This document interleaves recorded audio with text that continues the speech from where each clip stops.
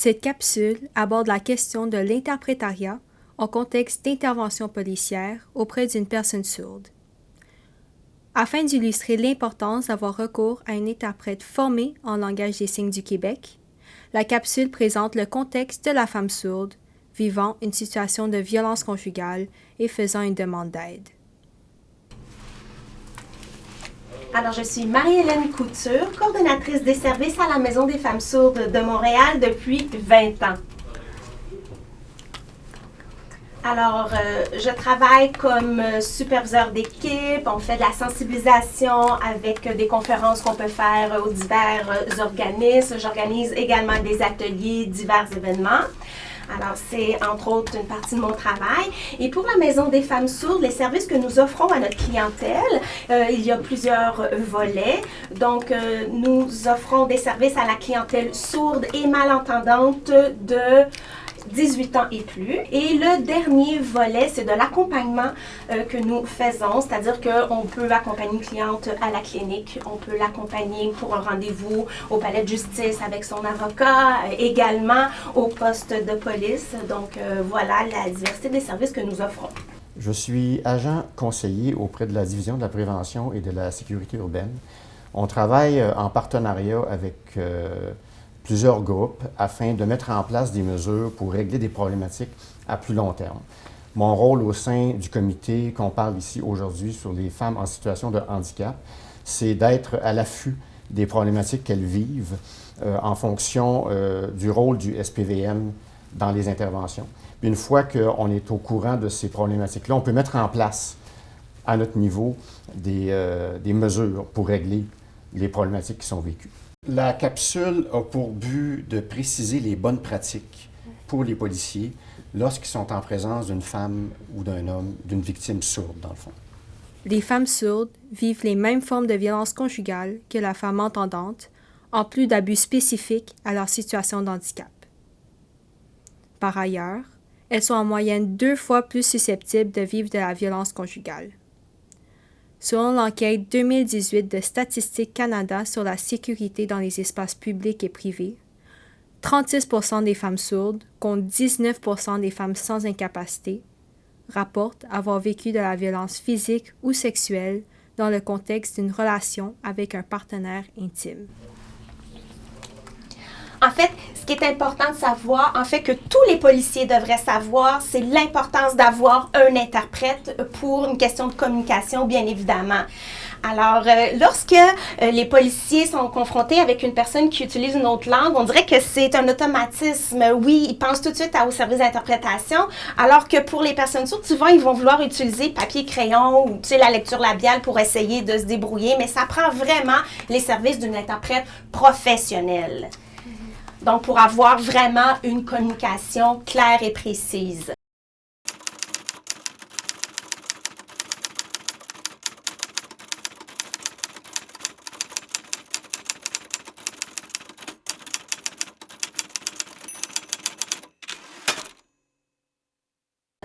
Parce que, bien évidemment, ça a un impact. Si, lors de la déclaration, les informations n'ont pas été recueillies correctement, ça peut avoir un impact là, sur la suite du dossier lorsqu'on se présentera, par exemple, au palais de justice. C'est vraiment important que les policiers fassent appel au service d'interprétation. C'est vraiment obligatoire, je dirais. Cette manière de procéder par les policiers va faire en sorte que la prestation de service donnée à la victime va être conforme à ses droits et libertés. Lorsque les policiers font un état de situation, ils doivent s'assurer d'avoir les versions de chacune des personnes qui est sur les lieux de façon indépendante. Laissez-moi vous donner un exemple. Donc, par exemple, la femme sourde nous appelle le 911, le policier arrive sur place. Lorsqu'elle appelle le 911, il y a le service relais vidéo, le SRV qu'on l'appelle. Ce qui veut dire que il y a une femme sourde qui téléphone avec son cellulaire ou son portable ou son ordinateur, peu importe l'appareil qu'elle utilise. Et tout de suite, il y a une interprète qui apparaît à l'écran. Donc, on appelle le 911 et la personne entendante qui répond au téléphone, l'interprète pourra faire en signe ce que l'intervenant aura dit au téléphone. C'est pour ça que le relais se fait bien à ce moment-là entre l'entendante et la personne sourde puisqu'il y a un interprète. Donc, lorsque la victime en situation d'urgence appelle le 911, il y a une interprète et on peut garder la ligne avec l'interprète jusqu'à l'arrivée des policiers sur place. Nous conservons la communication et donc, à l'arrivée des policiers, c'est possible d'utiliser le SRV aussi pour avoir une idée là, de la situation, de ce qui s'est passé, recueillir les informations de la victime.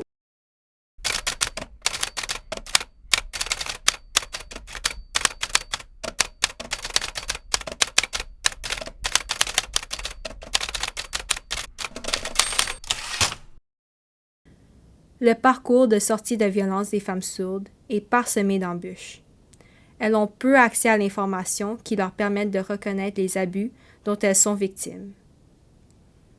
Quitter une situation de violence conjugale pour une femme sourde peut aussi signifier quitter la communauté sourde et donc ses amis.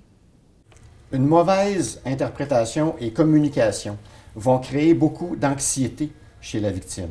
Une victime de violence conjugale, par exemple, qui serait mal comprise, pourrait rester avec son conjoint, ce qui la mettrait en danger. Enfin, puisque la communauté sourde comprend relativement peu de membres, il est difficile pour une femme qui dénonce un crime ou son conjoint de préserver la confidentialité de ses propos. Pour cette raison, il est important d'utiliser le plus rapidement possible une personne formée en langage des signes du Québec et non un voisin, un ami ou le conjoint qui possiblement a été violent avec la victime. La cliente connaissait assez bien le voisin depuis plusieurs années. Le voisin a voulu aider parce que là, bon, il était assez tard la nuit. Fait que je me suis dit, oh ben, un voisin super gentil, ben oui, ça va me faire plaisir, je vais t'aider. Puis finalement, dans le fond, quand ça a été le temps de faire la déposition ou de remplir le rapport, ben là, la femme, elle, s'exprimait dans sa langue, tout à fait normalement, là, en LSQ. Puis là, ben, le voisin faisait son possible, en fait, pour transmettre l'information. Et lorsque ça a été temps de se présenter au palais de justice. Là, à ce moment-là, il y avait une interprète professionnelle. Et là, on a expliqué le contexte et s'est fait poser des questions. Puis là, la femme me dit, c'est pas ça que j'ai dit. Puis là, ce n'était pas la même version qui était mentionnée sur le papier, dans le rapport. Alors, imaginez l'impact que ça a eu sur la situation. Alors, finalement, le dossier a été abandonné parce que le témoin, la situation, le contexte, tout était différent. Il n'y a plus rien qui concordait. Et donc, c'était difficile de savoir si l'histoire était vraie ou pas. Donc, finalement, ils ont abandonné le dossier. Heureusement, il y avait une intervenante de la Maison des femmes sourdes qui était prête et qui a dit non, écoutez, là, il manque un gros morceau d'information. On ne peut pas abandonner le dossier sous prétexte que ça ne correspond pas. Là. Dans le fond, on a expliqué que le problème, c'est qu'il n'y a pas eu d'interprète dès le départ. On ne peut pas accepter ça comme ça puis d'abandonner le dossier. Donc, vous avez la preuve qu'effectivement, on a besoin d'interprètes professionnels sur place puis que là, on ne peut pas faire « Oh, ben c'est correct, on va s'arranger. » Vous voyez clairement l'importance. Donc, il a fallu recommencer. Ce qui veut dire qu'on a pris un autre rendez-vous avec un policier, qu'il a refallu faire une nouvelle déposition avec un service d'interprète, attendre une nouvelle date pour se présenter au palais de justice pour que toutes les procédures soient faites correctement.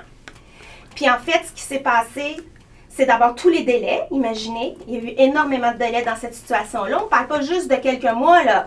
Hein, ça a été des années, en fait, pour être capable de régler ce dossier-là, juste parce que dès le départ, il n'y avait pas eu d'interprète là, pour s'assurer d'une bonne communication. Puis la femme elle-même est très, très émotive. Imaginez, là, tu sais, déjà, tu racontes ton histoire une première fois, tu es obligé de recommencer une deuxième fois ton histoire, donc tu te remets encore dans la peau, dans la situation de victime. Alors, obligée de se remémorer de mauvais souvenirs comme ça. Elle a dû rencontrer un psychologue. Ça a été très, très lourd, très difficile. Obligée de se battre pour avoir accès au service, à ses droits. Donc, imaginez tout le courage que ça a pris, les efforts. Heureusement, à la fin, ça s'est bien terminé. Mais ça a quand même pris plusieurs années. Alors, imaginez, une situation comme ça, c'est inacceptable.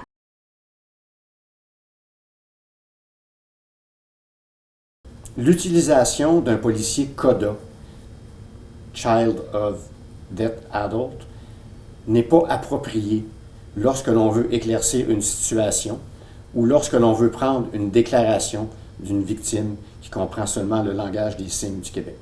Ces policiers, quand ils sont utilisés, ne connaissent pas les règles d'interprétation du langage des signes du Québec. Puis il est important que ces règles-là soient comprises pour que la victime puisse donner une version correcte de ce qu'elle a vécu. Par exemple, lorsqu'un policier CODA prend la version de la victime, il va avoir tendance à se retourner vers ses collègues pour pouvoir expliquer la version de la victime. Ça va faire en sorte que le policier va perdre contact visuel avec la victime. Cet aspect-là de la communication en langage des signes du Québec est important et doit être respecté. Et une personne formée en langage des signes du Québec connaît ces aspects-là de la communication avec une personne sourde. Chaque personne sourde utilise un niveau différent de langue de signes. Chaque besoin est différent, puis il faut être capable de s'adapter à ça. Puis c'est facile de manquer certaines informations sans s'en rendre compte. Fait que le policier peut dire oui, je le sais, il peut utiliser la langue des signes, mais des fois, au niveau de l'intonation, parce qu'un policier peut être habitué, par exemple, de communiquer au quotidien avec ses parents. Donc, habitué au vocabulaire utilisé tous les jours. Sauf que c'est facile de manquer, d'avoir des omissions, des erreurs aussi d'interprétation. Donc, il y a toutes les subtilités, aussi la finesse de la langue. Donc, dans ce sens-là, ça peut avoir des gros impacts.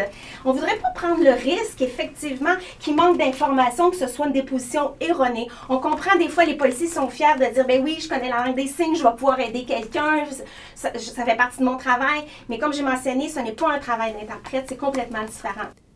Reconnaître une situation de violence conjugale, être prête à en parler et à demander de l'aide sont des étapes difficiles et cruciales.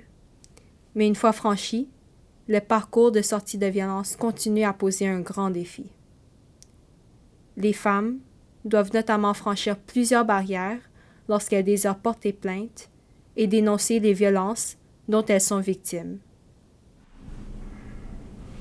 Alors, si on avait un bon système qui est bien fait, de bonnes ressources, à ce moment-là, on pourrait effectivement avoir l'impression que la femme peut s'en sortir. Je sais que c'est jamais facile de toute façon de sortir du cercle de la violence, mais si toutes les portes devant nous se ferment parce qu'on n'y a pas accès, comment vous voulez que cette femme-là décide, par exemple, de faire des démarches? C'est vraiment important que le système soit prêt, bien fait pour entamer des procédures et des démarches correctement.